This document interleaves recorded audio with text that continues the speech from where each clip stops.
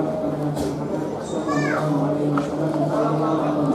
Shallallahu alaihi wasallam ala sayyidina Muhammad wa ala ali sayyidina Muhammad. Amma ba'du, selanjutnya kita masuk kepada khutbatul ars atau dikatakan khutbatul kita. Mungkin bagi para santri baru khususnya perlu memahami kembali apa yang dinamakan khutbatul kita. Khutbatul kita artinya khutbah perkenalan, penjelasan untuk mengenalkan pondok modern al-Islam. Disebut pula atau dapat disebut pula dengan khutbatul ars. Ars artinya tempat duduk. Khutbah artinya khutbatul ars itu khutbah di atas tempat duduk. Jadi yang sedang berkhutbah ini sedang duduk. Mestinya yang namanya khutbatul ars ini disampaikan oleh orang yang paling sepuh atau orang yang paling lama, yang paling tua, yang paling berpengalaman, yang berada di satu pondok. Sehingga karena usianya sudah sepuh, tidak memungkinkan untuk berdiri selama bersesi-sesi, maka khutbahnya dilakukan di atas tempat duduk. Namun karena di sini adalah saya sebagai salah satu orang yang dianggap sepuh, meskipun usianya masih muda, ya tidak apa-apa, atau dapat diartikan sebagai khutbah perkenalan. Khutbah untuk mengenalkan pondok modern al-Islam yang isinya perkenalan, pemudaan kembali motivasi dan program-program. Untuk itu kita semua perlu menggali kembali, perlu menyadari kembali, perlu menginsati kembali apa pondok modern al-Islam. Siapa yang punya pondok ini, punyanya siapa? Terus amanat ini berasal dari siapa? Isinya apa, partainya apa, tujuan trayeknya di mana, etika hidup di dalamnya seperti apa, kenapa kok harus seperti ini, dan seterusnya dan seterusnya. Maka saya berpesan kepada kita semua, khususnya kepada santri baru,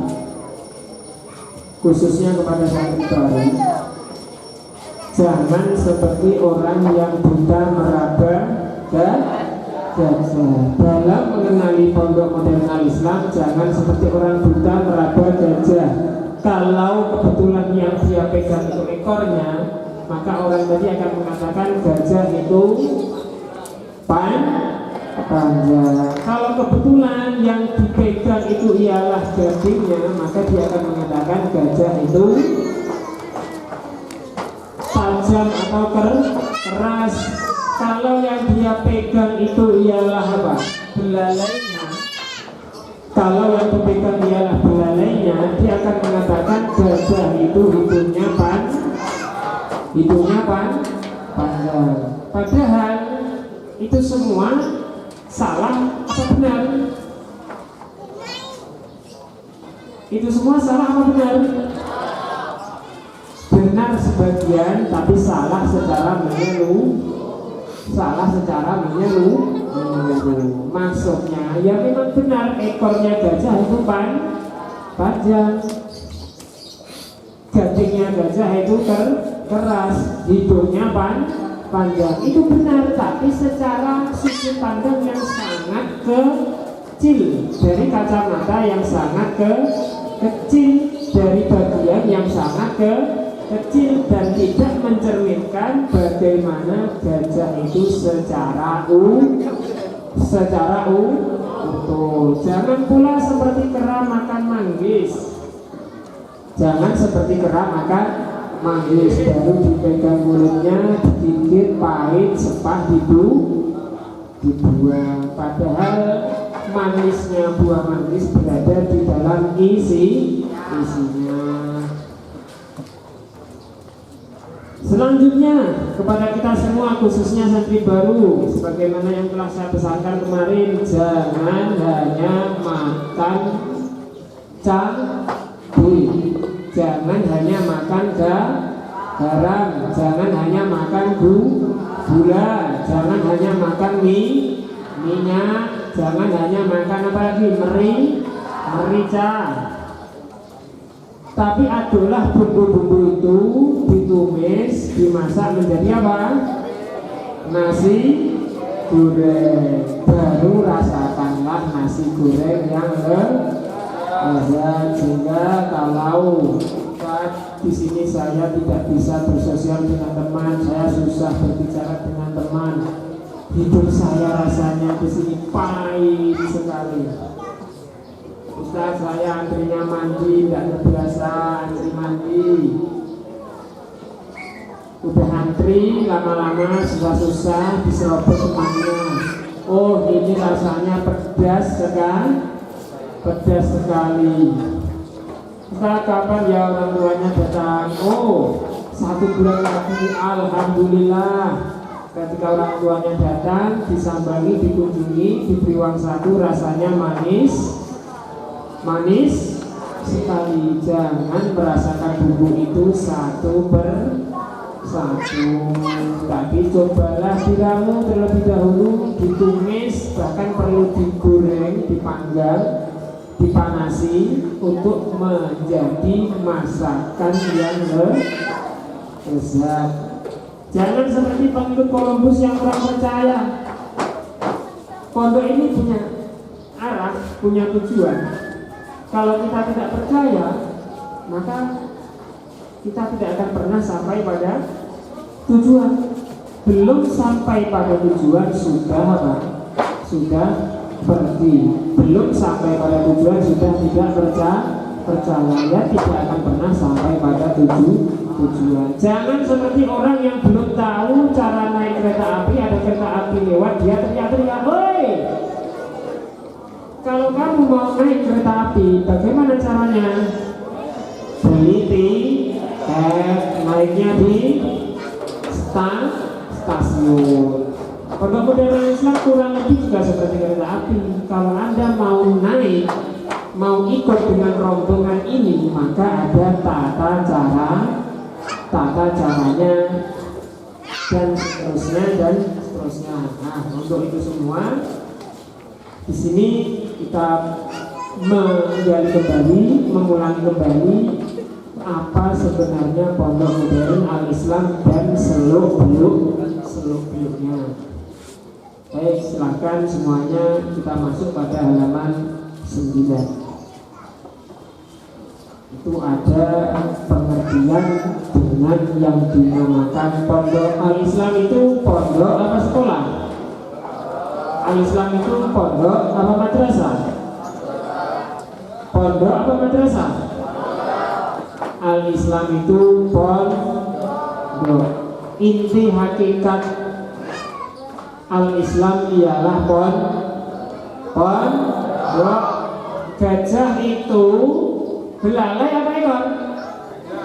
Gajah ya gajah, belalai ya belalai, ekor ya ekor, gading ya gading. Al-Islam ya pondok. Di madrasahnya tak? Ya iya memang. Benar apa salah? Benar, tapi benarnya hanya dalam garis kecil atau dalam bagian yang kecil. Masih ada bagian yang lain. Nah, perlu kita ketahui sejarahnya pondok itu seperti apa. Secara umum yang dinamakan pondok itu mestinya bermula ada seorang yang alim, ada seorang kiai, kemudian datang beberapa santri yang ingin belajar. Semakin hari, ternyata santrinya yang datang semakin banyak. Makanya santri itu bergotong royong.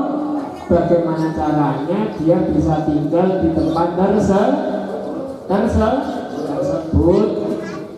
Lama-kelamaan muncul godaan-godaan, muncul bangunan-bangunan, berdirilah sebuah pondok, muncullah masjid, muncullah asrama, muncullah ruang kelas. Lama-lama berdirilah sebuah pondok. Jadi yang namanya pondok itu bukan bangunannya yang ada dulu, tapi apa? Belajar mengajar antara guru dengan murid, belajar mengajar antara kiai dengan santri. Itu yang ada terlebih dahulu.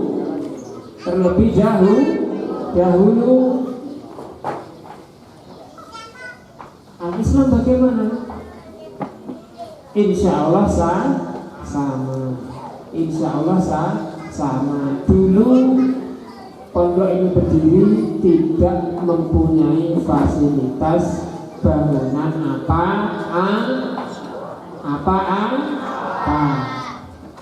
Hanya menggunakan fasilitas yang dimiliki oleh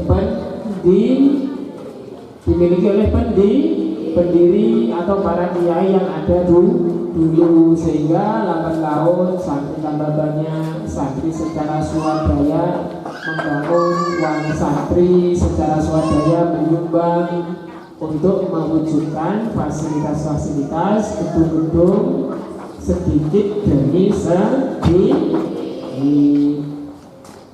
Adapun paling tidak yang namanya pondok pesantren itu ada seorang kiai atau ustadz yang mengajar dan mendidik, lalu ada santri yang belajar, ada masjid dan ada asrama. Insya Allah di sini semuanya ada dan dilengkapi, dan insya Allah dilengkapi mulai dari struktur organisasi dari pucuk sampai ke bawah, mulai dari tata tertib, mulai dari pembagian tugas, pengelolaan kegiatan, pengelolaan belajar mengajar, semua ditata. Selanjutnya pondok itu bukan hotel. Anak-anakku semua tahu yang dinamakan hotel. Hotel itu kalau bintangnya bintang 1 per malam berapa sewanya? Ya mungkin 100 sampai 200 ribu, 100 ribu sampai 200 ribu. Kita bayarnya sebulan itu 500 ribu. Itu pondok bintang berapa ya? Hotel bintang berapa ya? Hotel bintang berapa kira-kira? Namanya hotel saja semalam itu berapa yang paling rendah? 100 sampai 200 ribu. Nah, kita ini 1 bulan 500 ribu, sehingga namanya pondok apa hotel? Pondok apa hotel? Sehingga al-Islam itu bukan Layakkah Anda bertingkah seperti penyewa hotel? Layakkah Anda berperilaku berkemauan seperti penghuni hotel? Layak apa tidak? Layak apa tidak? Tidak. Dan sekali-kali tidak akan pernah layak. Semua yang ada di sini, ustaz-ustazah, kakak-kakak munazarah, ustaz-ustazah pengabdian, itu bukan pelayan. Ingat, itu bukan pelayan.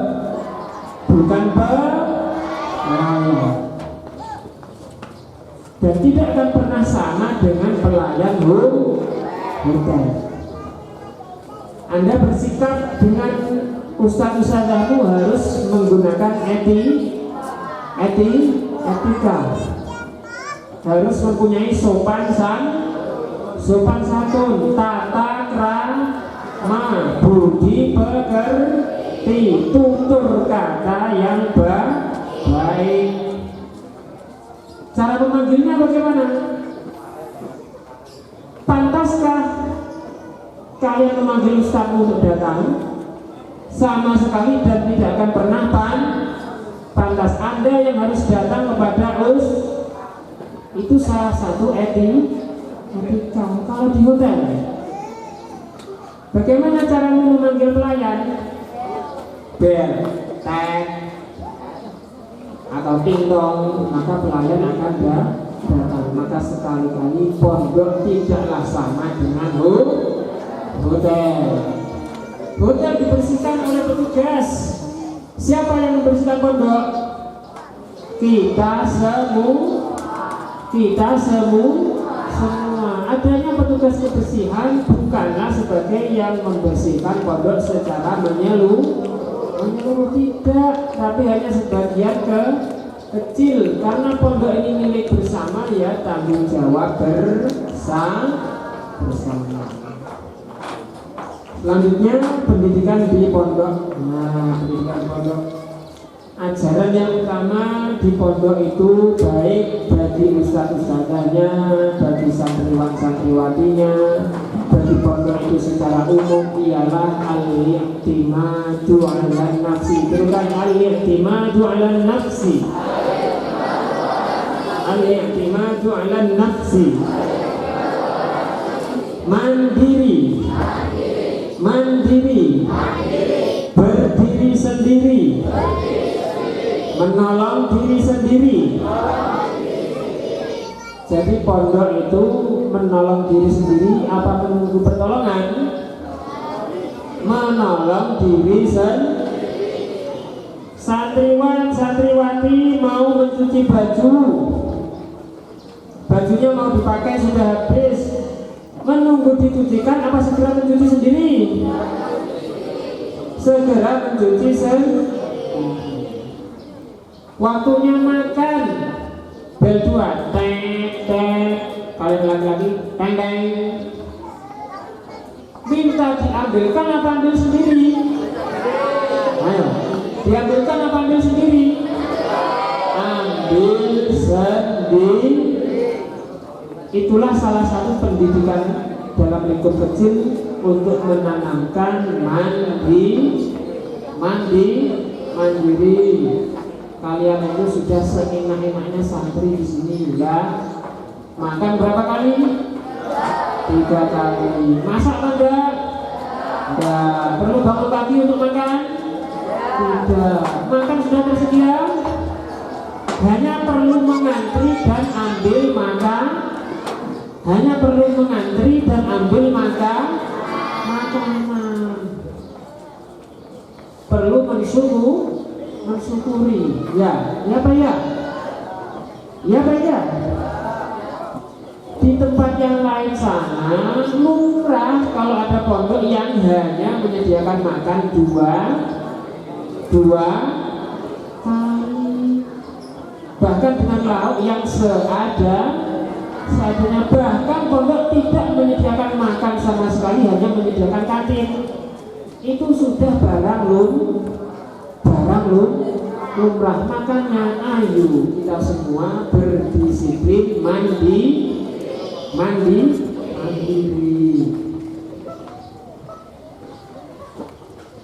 Selanjutnya, pondok adalah tempat berlatih untuk menjadi orang yang ringan tangan. Orang yang apa? Ringan, suka menolong. Makanya kalau kita suka menolong, insya Allah kita nanti juga akan ditolong. Kalau ada temanmu yang susah, bajunya hilang, maka apa yang bisa Anda lakukan? Bantu mencari, nasihati dengan baik. Kalau ada teman yang sedih, ya bantulah menghibur.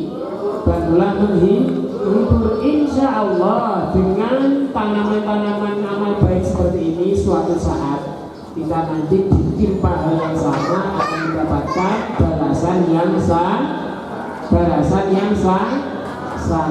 Coba rasakan kalau kita sedih dan tidak ada orang yang menolong, susah apa susah?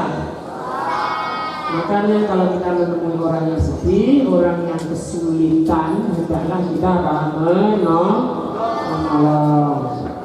Ini sebagaimana yang disadikan dari sabda Nabi Muhammad SAW, barang siapa yang ingin dinaungi dengan perlindungan Allah Subhanahu wa Ta'ala dari kiamat, di mana tidak ada perlindungan lagi selain perlindungan Allah, hendaknya dia memudahkan orang yang kesulitan.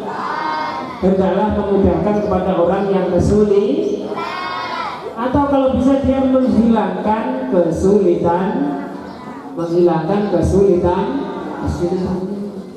Makanya jadi orang itu jangan berat tangan tapi ringan tangan.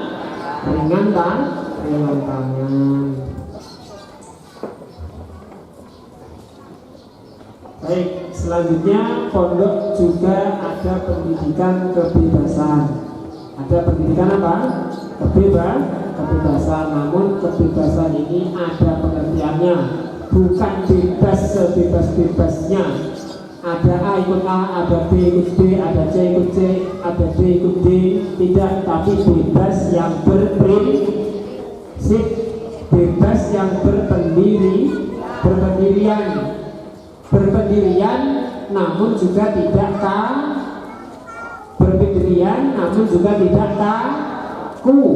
Ayo, berpendirian namun juga tidak kaku. Nabi Muhammad SAW berpendirian, tapi Allah melarang beliau untuk kaku. Fabima rahmatin minallahi lin talahu walau kunta fadhlan ghalidhal qalbi lam faddu min hawlik. Kalau Nabi Muhammad itu kekeh pendiriannya ketika perang Uhud, maka akan semakin banyak orang yang keluar dari barisan Nabi.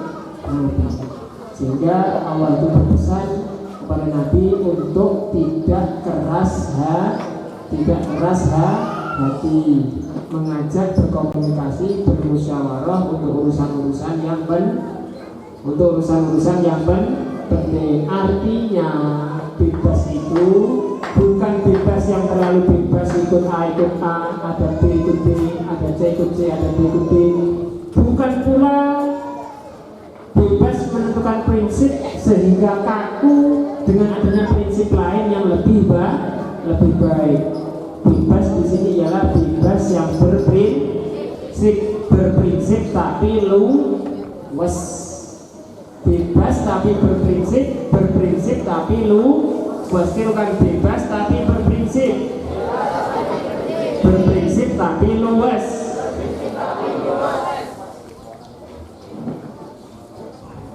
Baik, selanjutnya kita masuk pada Panca Jiwa Pondok Modern Al-Is.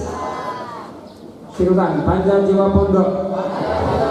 1. Keikhlasan. 2.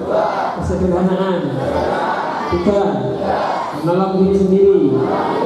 4. Ukhuwah Islamiyah. 5. Bebas. Namanya apa tadi? Panca Jiwa Pondok. Kita semua punya jiwa? Punya jiwa ya? Alhamdulillah. Kalau kita jiwanya hilang, apa yang terjadi?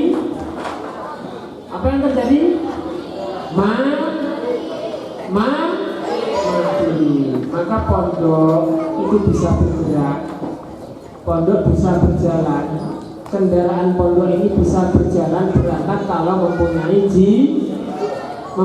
jiwa. Dan hendaknya jiwa inilah yang ditanamkan kepada semua keluarga besar Pondok Modern Al-Islam. Tirukan saya, Panca Jiwa Pondok. Hilang 1 sakit, hilang 2 tambah parah, hilang 3 kritis, hilang 4 sekarat, hilang 5 mati. Panca Jiwa Pondok itu harga mati. Hilang 1 sakit, hilang 2 tambah parah, hilang 3 kritis, hilang 4, hilang 5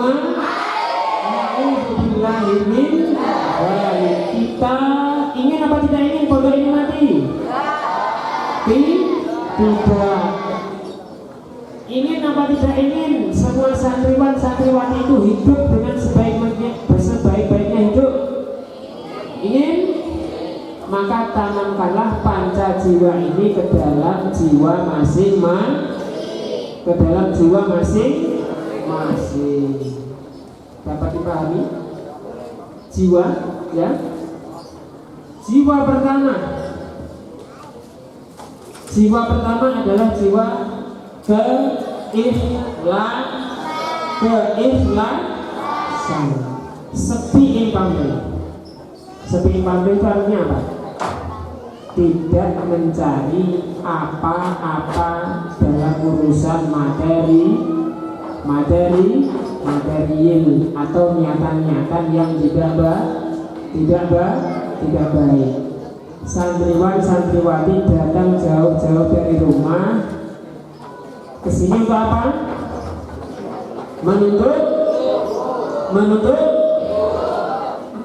ikhlas apa tidak ikhlas? Ikhlas apa tidak ikhlas? Kalau kalian tidak ikhlas, maka kalian kehilangan satu jiwa sehingga sakit. Maka dari sekarang ayo tata diri sendiri, tata niatnya dengan penuh keikhlasan bahwa kita semua datang dari rumah ke sini untuk menuntut ilmu,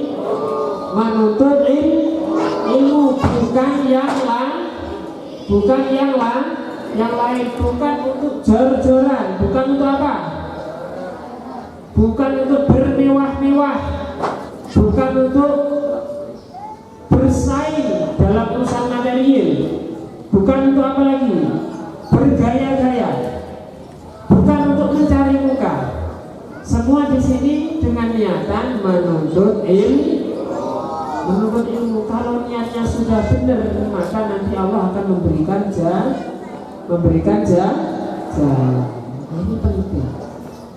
Ini penting. Tirukan bersama-sama. Al-amalu jismun wa ruhuhul ikhlas. Amal itu badan.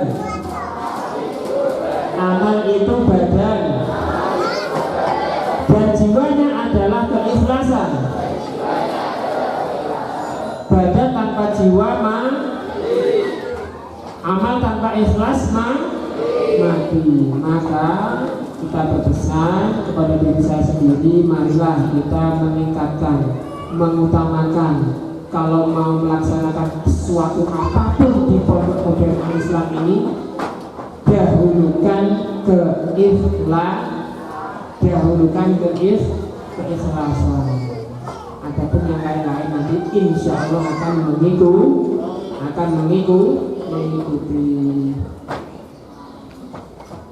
Selanjutnya, jiwa pondok yang kedua adalah jiwa kesederhanaan. Tirukan kesederhanaan.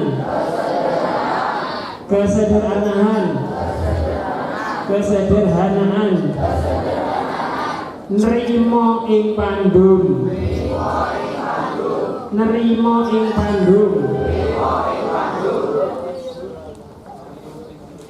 Nah, kita masuk pada jiwa kedua, yaitu jiwa kesederhanaan. Alhamdulillah, jiwa sederhana ini sangat penting.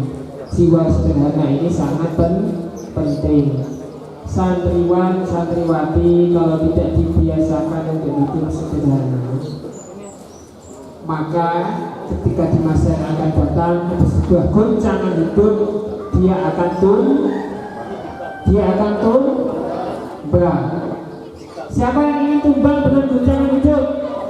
Ada yang ingin? Jawab semua. Ada yang ingin? Tidak. Untuk itu Anda harus berlatih hidup sederhana.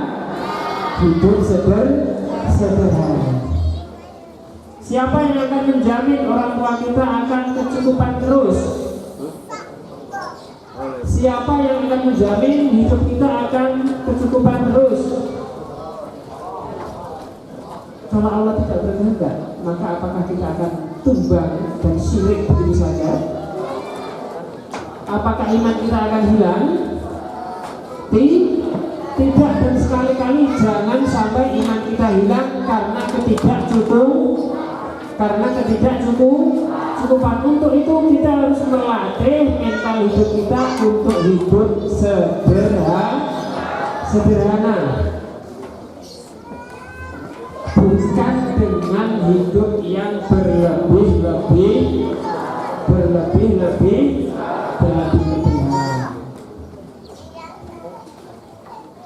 Jadi ada satu petikan dari ayat Al-Quran tentang bagaimana Nabi Yusuf itu dulu menjadi pengatur keuangan di negerinya. A'udzubillahi minasyaitonir rajim. Fama hasadtum fadharuhu fi sudurihi illa qalilan mimma ta'kulun.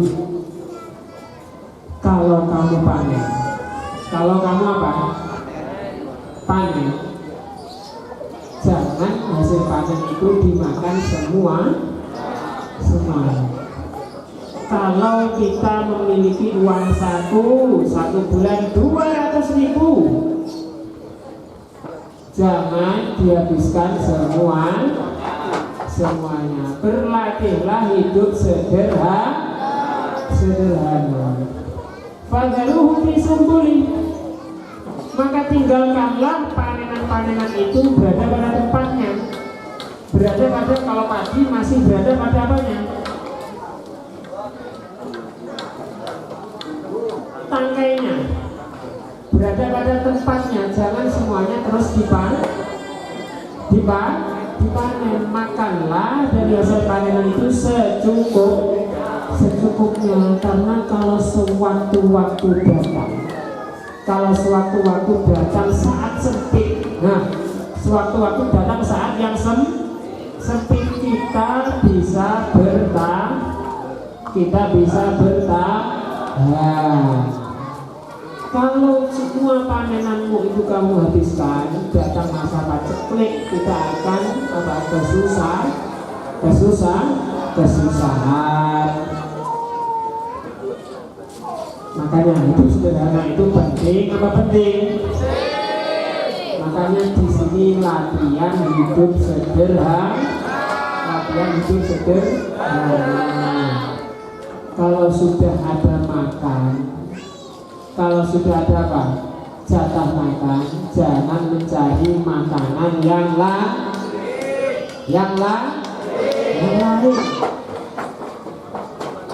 Kalau sudah ada jatah makan siang, makanlah siang di pondok.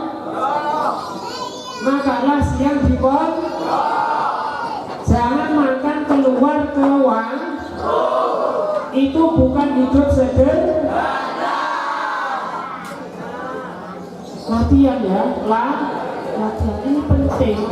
Karena kalian nanti kalau tidak terbiasa seperti itu, hidupmu hanya untuk berlebih-lebihan, dan orang seperti itu tidak akan tangguh, tidak akan kuat dalam mengarungi hidup. Punyanya apa ya? Baju yang sederhana. Ya sudah, pakailah apa ada. Tidak usah mencari-cari yang lain. Ya kalau bapakmu itu mampu, ya kalau ibumu itu mampu. Kalau tidak, bapak ibumu itu akan bertambah susah. Kita tidak ingin orang tua kita bertambah susah. Makanya kalau sudah ada pakaian yang cukup, jangan mencari-cari yang lebih. Ketika kita mensyukuri dengan apa yang kita miliki, maka kebaikan keberkahannya itu akan berlipat.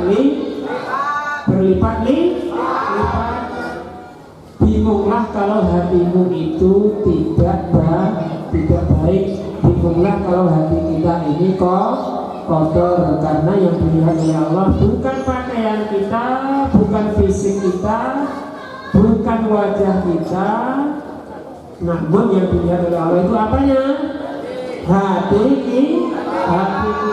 Percuma seorang perempuan itu mengenakan pakaian yang mahal, mengenakan kerudung yang mahal, mengenakan pakaian kaki yang mahal, kalungnya dari atas merentet, cincinnya per jari 22, gelangnya incing-incing, ketika ngomongannya pedas,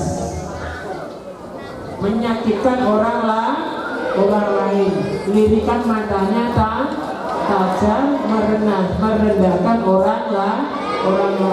Kira-kira orang seperti ini disukai Allah atau tidak? Makanya jangan tersesat. Begitu juga orang laki-laki, pakaiannya sarung bagus dari sutra, bajunya juga bagus, kopiahnya juga kopiah yang terbagus, kopiahnya Jokowi. Kalau naik motor nggak mau motor yang sederhana, maunya motor yang moge. Kalau naik mobil nggak mau naik mobil yang sederhana, maunya naik mobil mewah meskipun sewa. Lirikan matanya tajam, mulutnya menyakitkan, orang ini tidak disukai oleh Allah Subhanahu wa Ta'ala. Untuk itu hidup sederhana itu penting apa penting? Penting. Hiduplah apa adanya.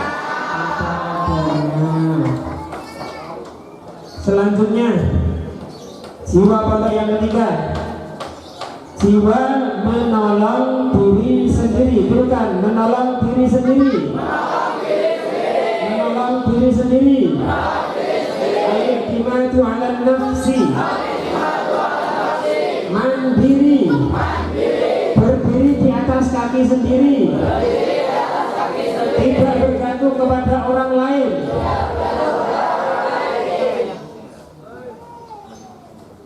Mari kita merenungi bersama. Mari kita merenungi bersama. Pondok Modern Al-Islam harus menjadi pondok yang tidak boleh pondok Modern Al-Islam itu bergantung kepada yayasan yang lain. Tidak boleh pondok Modern Al-Islam itu bergantung kepada organisasi yang lain. Tidak boleh pondok Modern Al-Islam itu bergantung kepada partai politik. Tidak boleh pondok Modern Al-Islam itu bergantung kepada pemerintah. Tidak boleh pondok Modern Al-Islam itu bergantung kepada donatur. Tapi pondok Modern Al-Islam bahkan juga tidak boleh bergantung kepada seorang kiai. Pondok Modern Al-Islam juga tidak boleh bergantung kepada seorang kiai. Tapi pondok Modern Al-Islam secara badan, secara utuh harus bisa menolong dirinya sendiri. Meskipun meninggal oleh pendiri, meninggal oleh pengasuh, meninggal oleh kiai, dan seterusnya nanti pondok ini harus tetap bisa berdiri di atas badannya sendiri.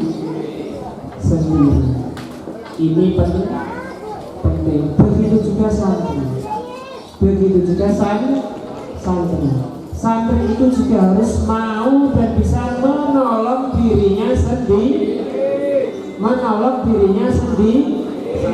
Latihannya seperti apa? Makan ngambil sendiri, mencuci baju sendiri.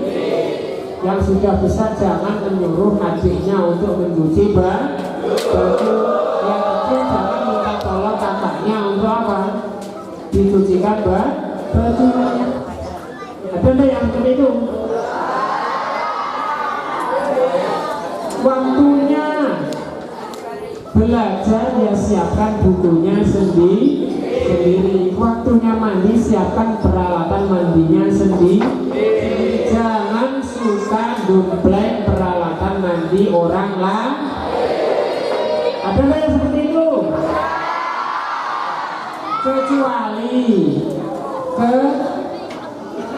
Ada 5 anak sudah sepakatan kita iuran. Untuk apa? Untuk beli sabun misalkan. Dan semua anggota itu melaksanakan iurannya dengan tertib tanpa ada yang menggantung, tidak masalah. Tapi lebih baik kalau kita itu apa? Memakai peralatannya sendiri. Takutnya nanti akan menjadi kebiasaan. Dalam bahasa Jawa namanya ada enggak ini yang ketika mau mandi cari tepingan ke sana, nyari tepingan ke sini. Aku minta samponya ya, sampo dapat dari A, terus nyari lagi ke sana ke sini B. Aku minta ordernya ya, nyari lagi ke sana ke sini. Kamu udah mandi belum? Sabunnya pinjam ya. Ini akan menghasilkan santri yang mandiri apa tidak? Akan menghasilkan santri yang mandiri apa tidak? Tidak. Pakailah barangmu sendiri meskipun odolmu habis. Silahkan dikoreki. Ya. Dikurati. Kalau uangnya menipis, maka apa yang perlu kamu beli terlebih dahulu? Jajan apa odol? Kalian tidak jajan itu masih hidup? Masih apa masih? Minum apa bayar di sini? Ya, silakan minum sepuasnya. Tapi kalau odolmu habis ya belilah odol, jangan terus uangnya dibuat beli berusahalah berdiri di atas kaki sendiri. Meskipun kita ngempet, syukurilah apa yang sudah kita punya. Jangan melirik ke sini dan ke sana. Itu nanti hidupmu tidak akan pernah tenteram. Dipahami nih? Bisa dipahami? Lebih baik kalian itu sikat gigi tanpa odol daripada ya kalau sesekali nggak apa-apa, tapi kalau sering kali nanti akan jadi kebiasaan. Baik, jiwa yang ketiga. Sekarang jiwa yang keempat, jiwa ukhuwah Islam. Ukhuwah Islam. Kita semua di sini keluarga apa keluarga? Saudara apa saudara? Semuanya semuanya saudara. Kita adalah saudara dalam satu agama karena semuanya sudah masuk di pondok modern Al-Islam. Ustaz-ustazah dari berbagai tempat masuk ke pondok, santriwati dari berbagai daerah masuk ke pondok. Ada yang dari Malaysia, ada yang dari Jawa Barat, ada yang dari NTT, ada yang dari Kalimantan, dan ratusan yang berasal dari Nganggur dan sekitarnya. Maka kita masuk ke pondok modern Islam menjadi saudara.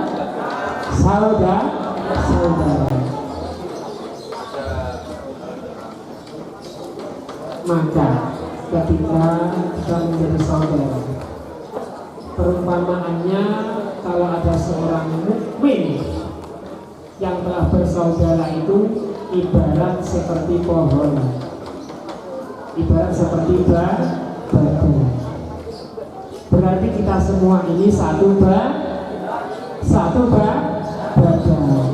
Kalau ada salah satu anggota badan yang sakit, maka badan yang lain akan ikut merasa. Kalau ada salah satu teman kita yang sakit, maka saudara-saudara yang lain ikut merasakan. Mohon maaf, ini di rambut ini ada kukunya, maka kulit kepala akan gatal dan tangan ini akan ikut menggaruk dan mencari-cari. Oh, apa? Cites-cites. Maka perumpamaannya kurang lebih seperti itu. Kalau ada teman kita yang kesusahan, ya marilah kita bantu, marilah kita hibur. Ada yang memerlukan pertolongan, ya kita tolong. Ada yang minta diajari sesuatu, ya kita ajari. Ini yang perlu kita insafi, perlu kita sadari bersama.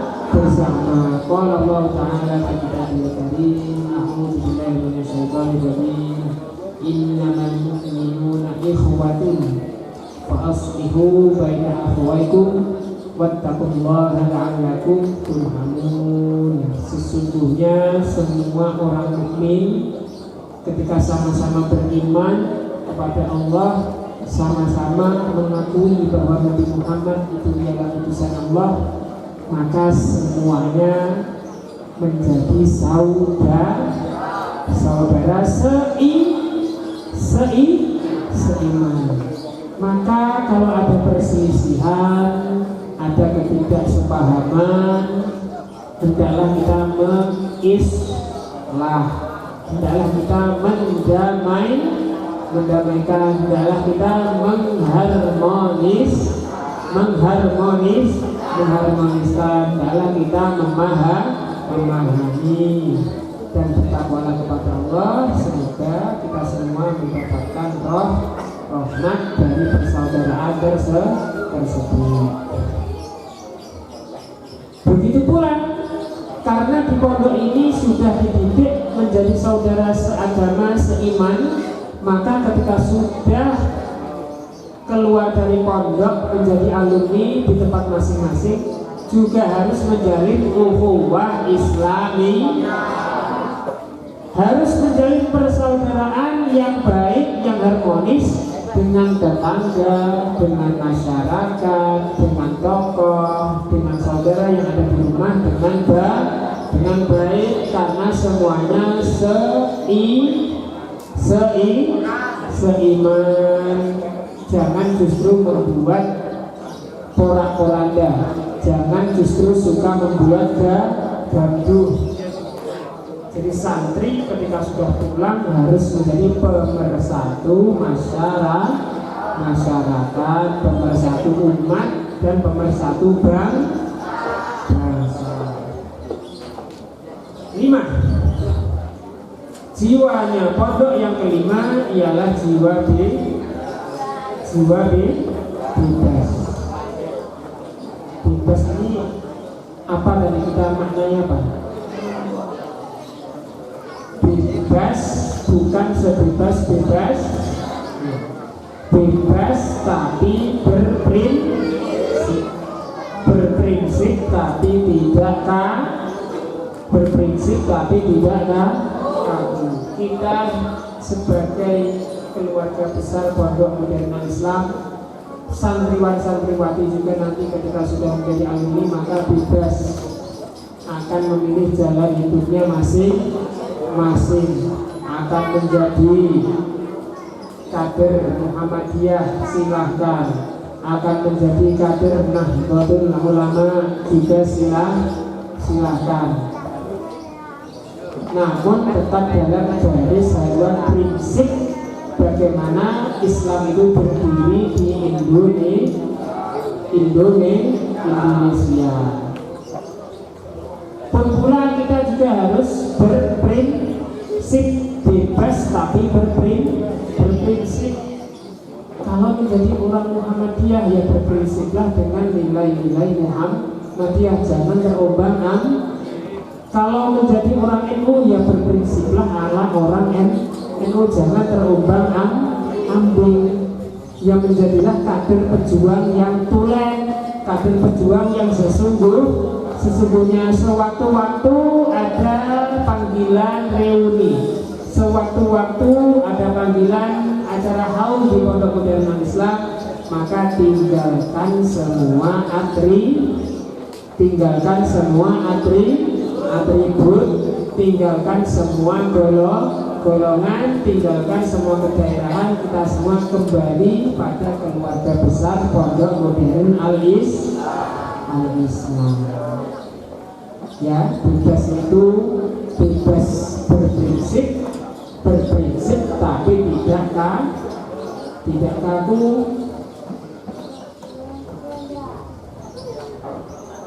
Selanjutnya Pondok Modern Al-Islam dalam berjalan juga bebas.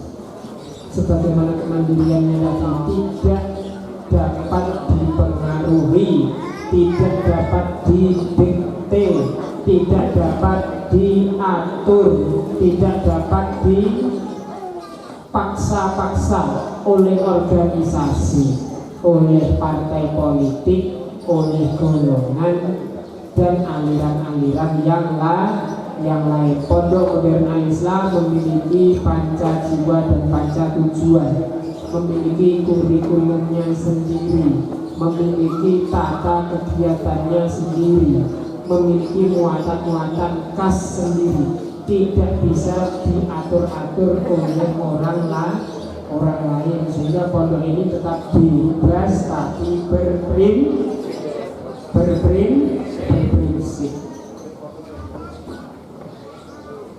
Baik, selanjutnya sebelum kita masuk kepada ciri-ciri atau pelajaran serta kegiatan yang ada di Pondok Modern Islam pada abad 21, saya ingin mengulangi, tirukan bersama-sama panca jiwa pondok.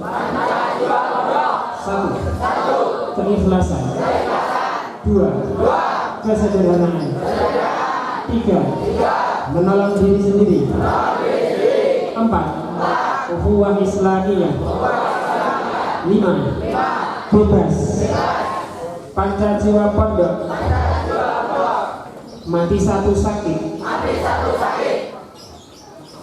Bilang satu sakit. Bilang dua tambah parah. Bilang tiga kritis. Bilang empat sekarat. Bilang lima mati. Na'udzubillahi min dzalik. Ingin apa ingin pondoknya? Ingin apa tidak ingin pondoknya mati? Ingin apa ingin kalian hidup sebaik-baiknya?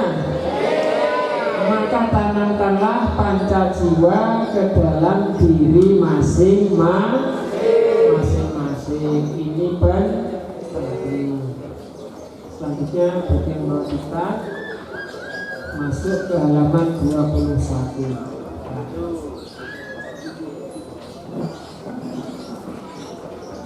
Pelajaran di Pondok Modern Al-Islam merupakan satuan yang terintegrasi. Integrasi itu maksudnya bersatu, berkesinambungan dan berhubungan satu dengan yang lain.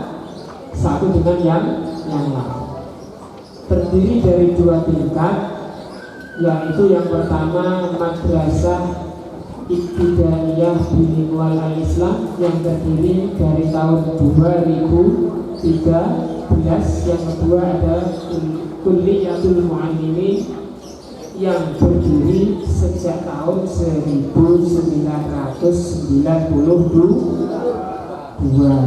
Anda sekarang yang duduk di sini berada pada tingkat yang mana?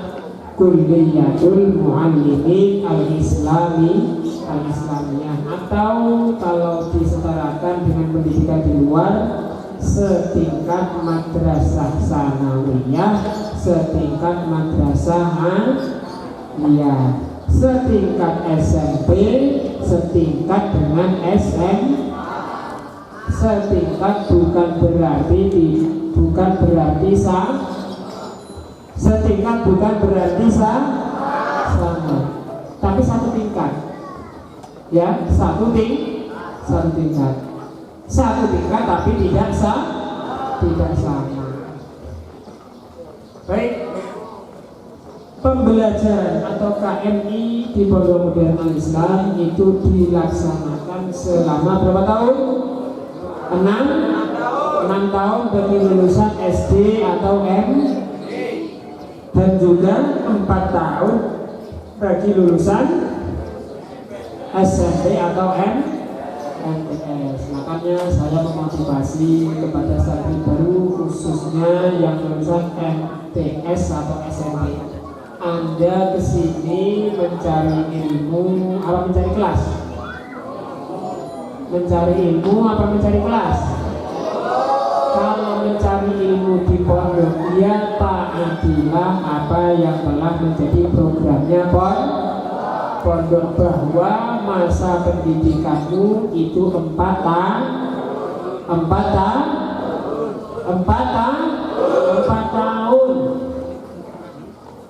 Dan kenapa kok harus 4 tahun? Karena ada 1 tahun untuk kelas persiapan. Anda nanti ketika langsung masuk ke kelas 4 pasti akan kaget, akan bingung, akan linglung dan nanti frustasi. Kenapa kok begitu? Karena pelajaran kelas 4 atau yang setara dengan setingkat dengan kelas 1 SMA di Pondok Modern Al-Islam ini menggunakan bahasa Arab dan bahasa Inggris. Banyak pelajaran menggunakan bahasa Arab. Sedangkan kalau kalian belum memiliki modal mufradat yang cukup, belum terbiasa dengan percakapan bahasa Arab, maka tidak bisa mengikuti, maka perlu ada penyesuaian, perlu ada program yang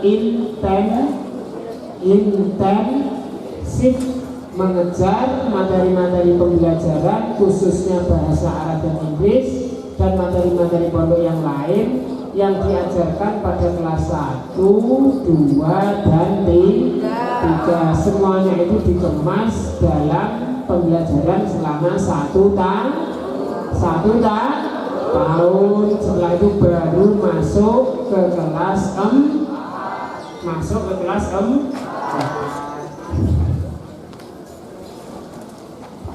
Selanjutnya kurikulum yang ada di Pondok Modern Al-Islam ini perlu dipahami ialah kurikulum terpadu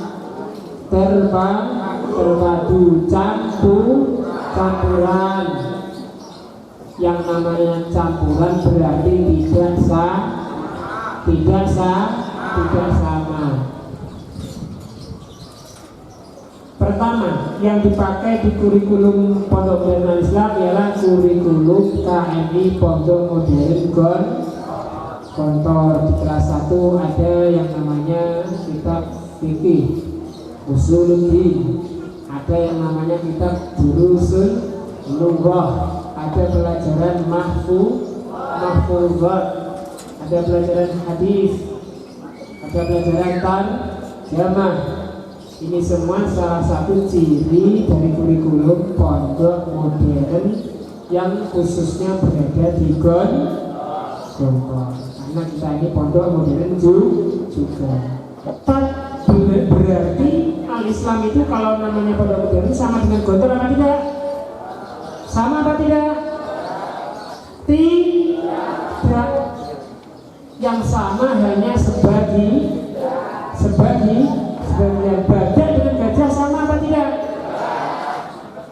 Sama apa tidak? Tidak. Tapi sama-sama binatang. Pondok Modern Al-Islam dengan Pondok Modern Darussalam Gontor sama apa tidak? Sama-sama pondok modern, tapi secara menyeluruh tidak sama. Yang sama terletak pada organisasi. Kalian tulis Pondok Modern Al-Islam dengan Gontor itu yang sama terletak pada satu organisasi. Yang kedua, praktik dua bahasa. Yang ketiga, sebagian kurikulum Gontor ada yang diajarkan di sini. Sebagian kegiatan atau tradisi Gontor ada yang dilaksanakan di sini seperti amaliyatun tadris. itu memang Gontor, karena Gontor itu mencetak para guru, mencetak para pendidik. Makanya di akhir kelas 6 itu ada kegiatan amaliyatul praktek mengajar. Nah, jadi saya ulang, pondok modern Islam meskipun modern serupa tapi tidak serupa tapi tidak sama. Nah, sekarang apa yang membedakan? Kurikulum di Al-Islam ini juga campuran dengan kurikulum Kementerian Agama. Jadi semua pelajaran yang berada di MTS atau MA insya Allah itu diajarkan di sini, sehingga sama apa sama? Serupa apa serupa? Kurikulum yang diajarkan, mata pelajaran yang diajarkan di MTS luar atau MA yang ada di luar itu semuanya juga diajarkan di sini, sehingga serupa apa serupa? Serupa apa serupa? Ada pelajaran akidah akhlak, Quran hadis, fikih, SKI, bahasa Arab Kemenak. Itu juga diajarkan di sini, sehingga serupa. Tapi di pondok modern Islam masih memiliki banyak pelajaran yang tidak diajarkan di MTS maupun di MA, sehingga tidak sama.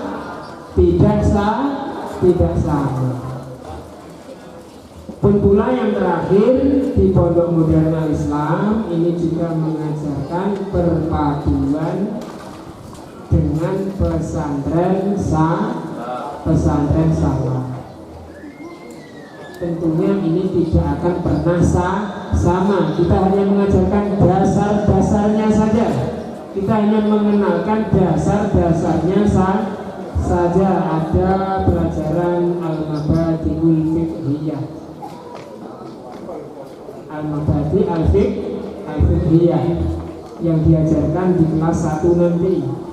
Ada pelajaran ta'limun muta'alim, ada pelajaran aqidatul awam, ada lagi pelajaran tafsir al-jalalain, dan seterusnya. Itu semua diajarkan ala pesantren salaf, yaitu dengan makna yang gandul. Kira-kira pelajarannya sama tapi tidak akan pernah serupa. Tentu pesantren salaf itu muatan agamanya jauh lebih banyak dari di pondok modern al-Islam, ya. Karena di sini ini muatan pelajarannya itu campuran seimbang antara pelajaran umum dengan pelajaran agama.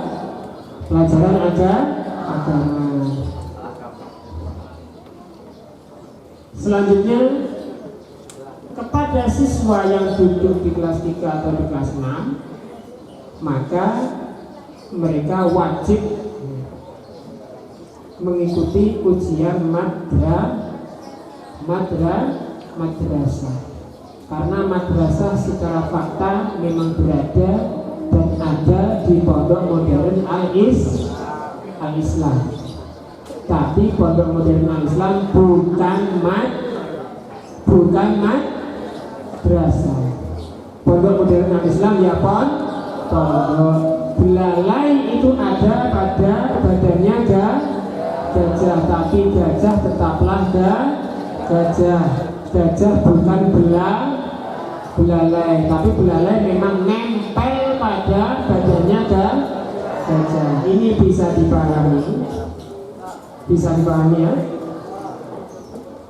Baik, selanjutnya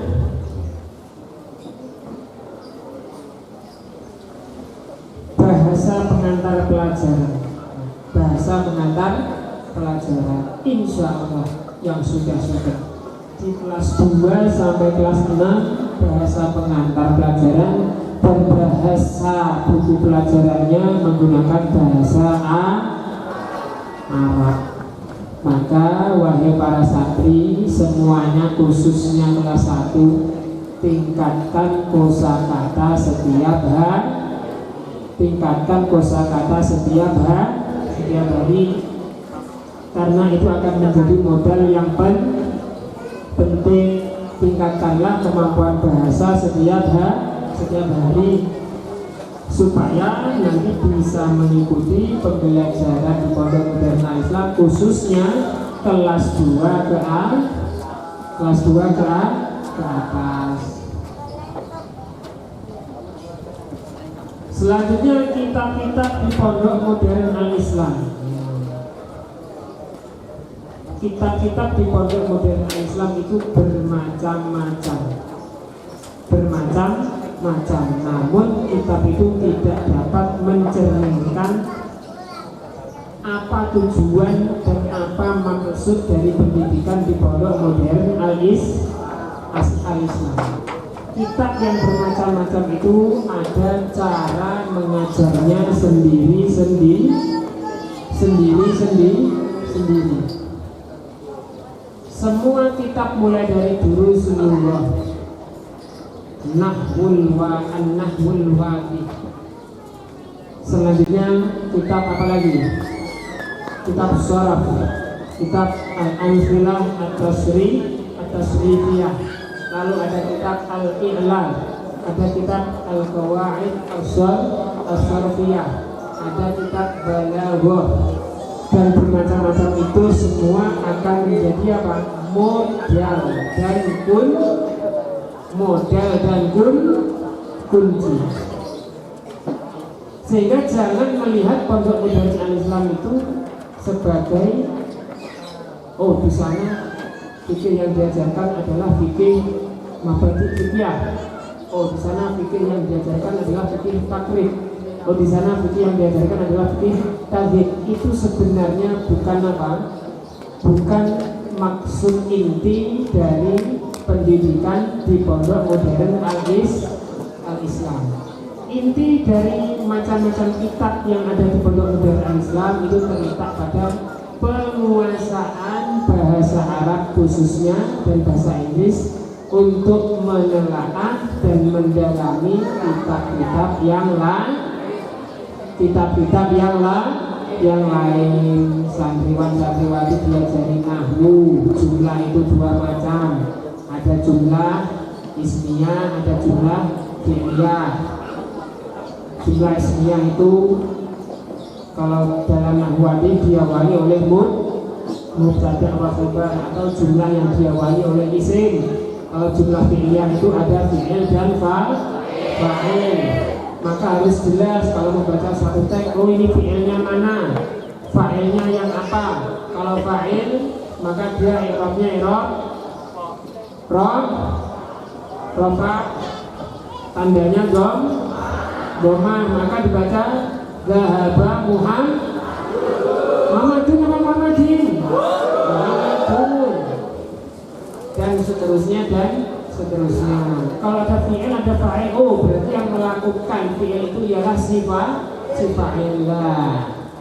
Kunci-kunci seperti inilah yang akan membantu mendalami kitab-kitab yang banyak, dan itu belajarlah, jangan hanya berhenti di kelas 6 Pondok Modern Al-Islam. Terus belajarlah sampai kita tidak bisa lagi untuk belajar. Teruslah belajar sampai kita nanti meninggal. Talabul ilmi tulal tirukan utlubul ilma minal mahdi ilal lahdi. Tuntutlah ilmu mulai dari buaya sampai ke liang lahat,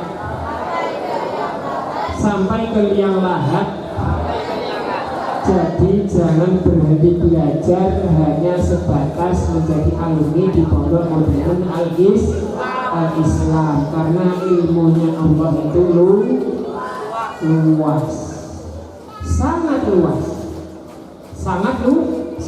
Bahkan ilmunya Allah itu kalau diumpamakan, kalau dituliskan dengan air laut yang ada di bumi ini.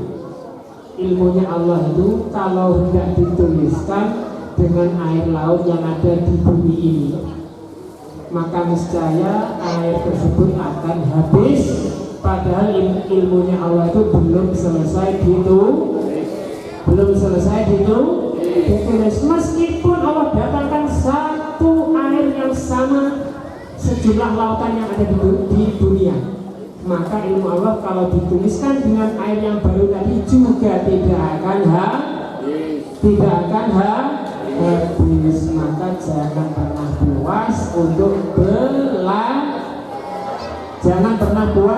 belajar, terus mengasah, terus tingkatkan khususnya dalam mendalami ilmu agama dan tentunya ilmu-ilmu yang lain. Kalau Anda ingin mendalami ilmu agama harus bisa berbahasa Arab,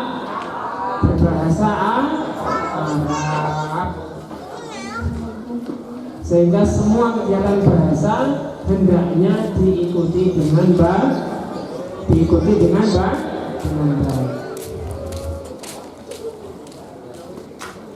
Selanjutnya, perbedaan cara mengajar dan cara belajar di pondok modern Al-Islam. Yang pertama adalah ilmu pengetahuan umum dan pengetahuan agama diajarkan secara seimbang. Ilmu umum, fisika, kimia, biologi, sosiologi, geografi, ekonomi, itu semua ilmunya Allah.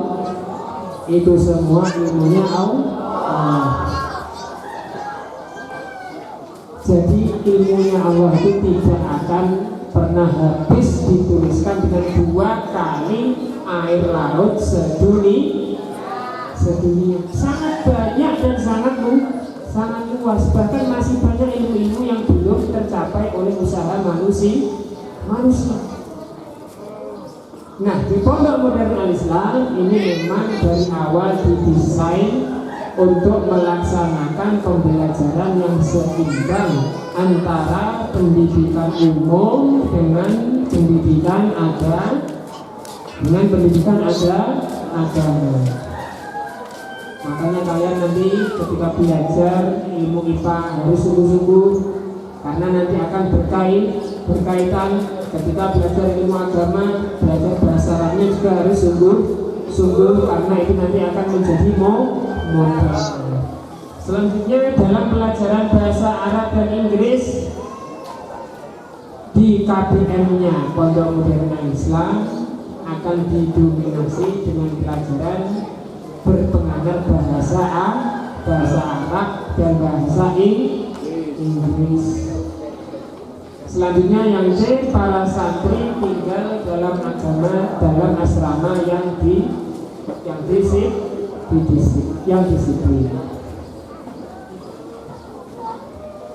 Selanjutnya yang perlu dipahami khususnya semua santriwan MTS, lebih khusus lagi kelas 1 yang baru. Yang harus Anda lakukan sekarang, wahai santri baru, dengarkan baik-baik. Fokus pada belajar membaca dan menulis Arab. Fokus pada apa? Belajar membaca dan menulis Arab. Ini sangat penting. Tidak usah tergiur dengan yang lain. Khusus dalam pengetahuan agama itu jiwanya harus diremajakan,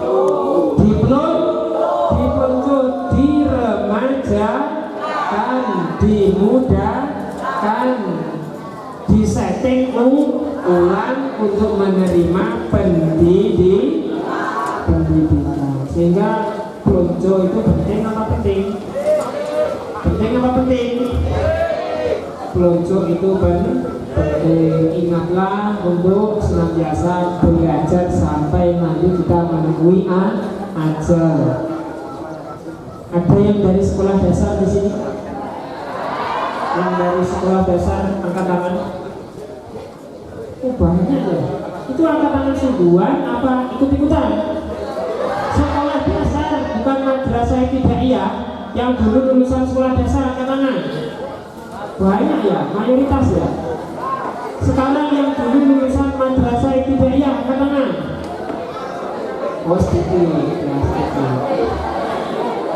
Bukan. Siapa yang dulu lulusan sekolah dasar dan ketika sore belajar TPA atau nading? Oh lumayan, hampir semua. Alhamdulillah. Ada di sini lulusan sekolah dasar yang sudah bisa nulis bismillah.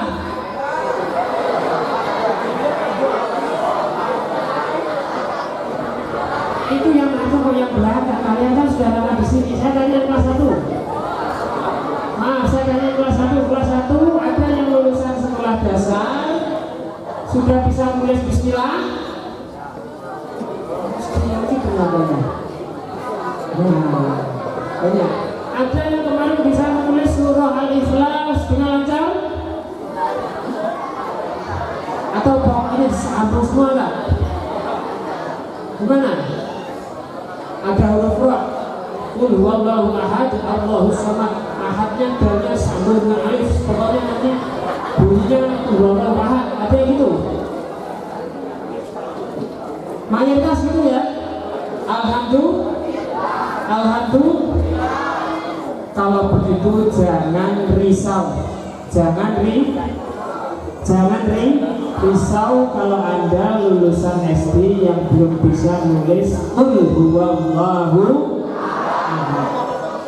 Risaulah kalau jiwamu itu tidak siap untuk dididik. Risaulah kalau jiwamu itu tidak siap untuk dididik. Risaulah kalau mentalmu tidak lapar. Risaulah kalau mentalmu tidak lapar untuk belajar. Karena sebenarnya saya dulu juga sama seperti kalian. Karena sebenarnya saya dulu juga sama seperti kalian. Ada dulu teman saya alumni MI, kosakata bahasa Arabnya udah banyak. Kosakata bahasa Arabnya sudah banyak. Dengan pelajaran fikih, akidah, akhlak, Quran, hadis itu sudah biasa. Hafalannya juga cepat. Nulis Arabnya sudah lancar. Saya dulu ketika masuk di sini menulis Bismillahirrahmanirrahim saja belum bisa, jangankan qul huwallahu ahad. Maka apa yang penting? Yang penting itu apa? Yang penting itu peloncong. Apa artinya peloncong? Jiwanya muda, jiwanya lapar untuk belajar. Jadi nanti tolong ini khususnya kelas 1 santri baru yang belum bisa membaca menulis Arab dengan baik, ikuti semua pelajaran baca tulis Arab ini dengan sungguh.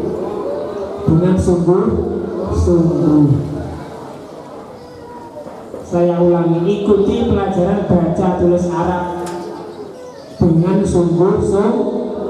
Setiap gerakan gurumu perhatikan dan tirukan. Saya dulu ketika kelas 1 juga belajar imla sama seperti kalian nanti ya. Huruf yang bisa disambung itu apa saja? Alif itu bisa disambung ba itu bisa disambung apa tidak? Ba kalau di tengah seperti apa? Kalau di depan bentuknya seperti apa? Kalau di belakang seperti apa? Ro kalau di depan seperti apa? Kalau di tengah seperti apa? Kalau di belakang seperti apa? Itu dipelajari semuanya dengan sungguh.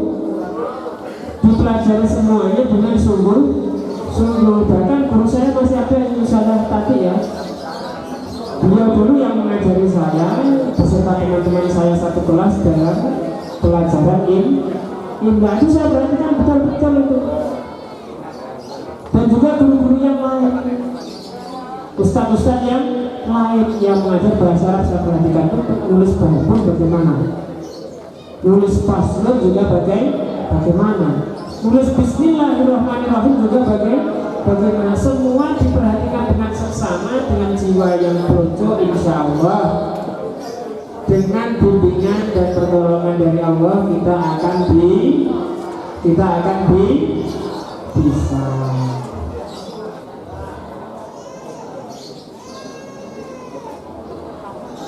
Baik semuanya, perhatikan, buka halaman 30. Kembali muda itu dapat disarikan dengan 3 kata atau 3 pernyataan. Perpeloncoan, ya, perpeloncoan itu dapat disarikan atau diintikan dengan 3 pernyataan. 1, tirukan, sanggup diisi. Sanggup diisi, merasa kurang, sanggup dibentuk, sanggup dibentuk, sanggup dipimpin, sanggup dipimpin, minta dikoreksi, minta dikoreksi, mau diperingatkan, mau diperingatkan, bahkan minta dikoreksi dan diperingatkan. 3 hal tadi yang menjadi inti dari perpelon. Yang pertama, sanggup diisi, selalu merasa kurang, jangan pernah merasa puas dengan ilmu yang sudah didapat. Yang kedua, sanggup dibentuk, sanggup diarahkan, sanggup dinasihati. Jangan menjadi orang yang hatinya tertutup.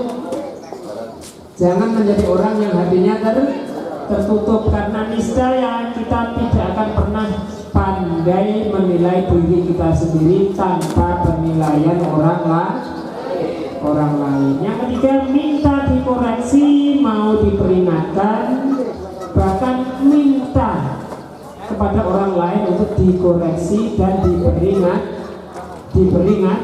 Insya Allah kalau hati kita muda, kalau jiwa kita muda, kita semua dapat menempuh pendidikan di Pondok Modern Al-Islam dengan sebaik-baiknya.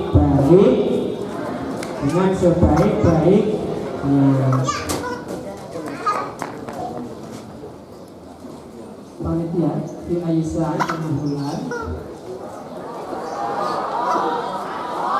Nanti ada menghentikan kita sebenarnya jam 10 lebih.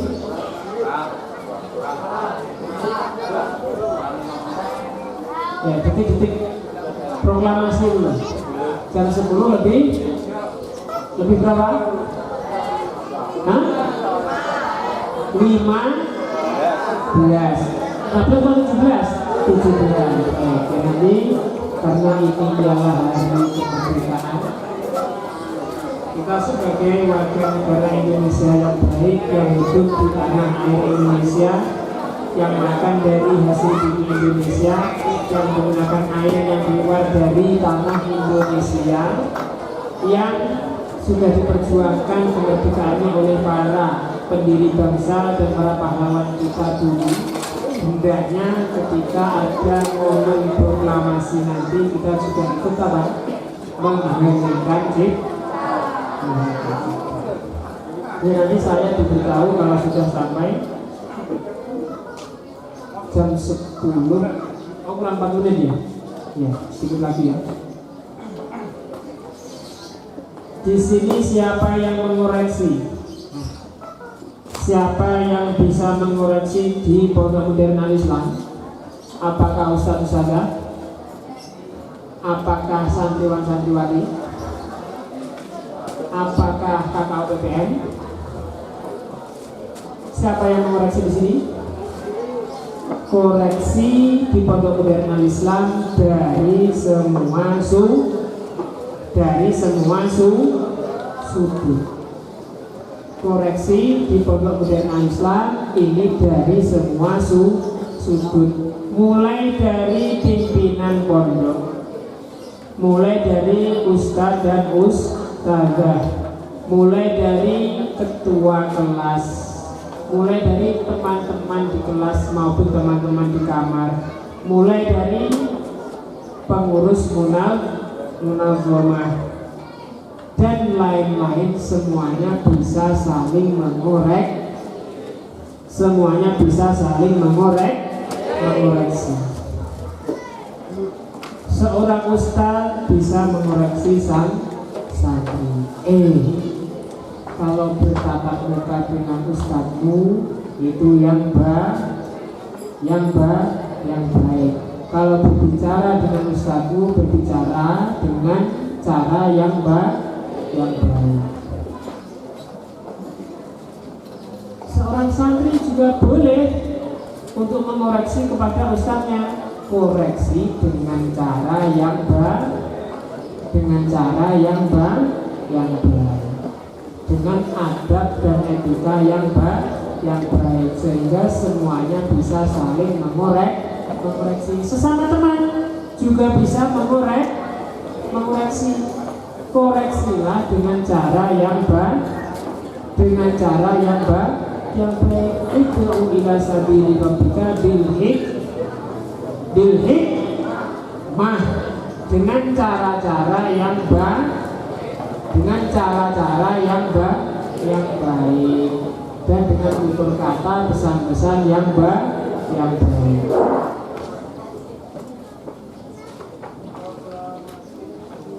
Untuk itu, marilah kita berikrar, marilah kita bersepakat, berkomitmen, berniat, semua yang ada di sini untuk terbuka, saling mengorek, bukan mencari-cari kesalahan orang, tapi dengan niatan memperbaiki orang lain.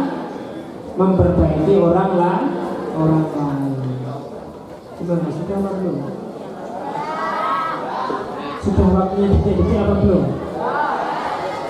Saya tidak bawa HP ini. Sudah? Teman-teman? Kalau sudah, silahkan. Ada acara seremonial ya tadi katanya, pemandangan lagu Indonesia Raya, dan juga dengan pengibaran. Ya. Baik, kalau begitu sementara saya undur diri dulu. Kita lanjutkan nanti.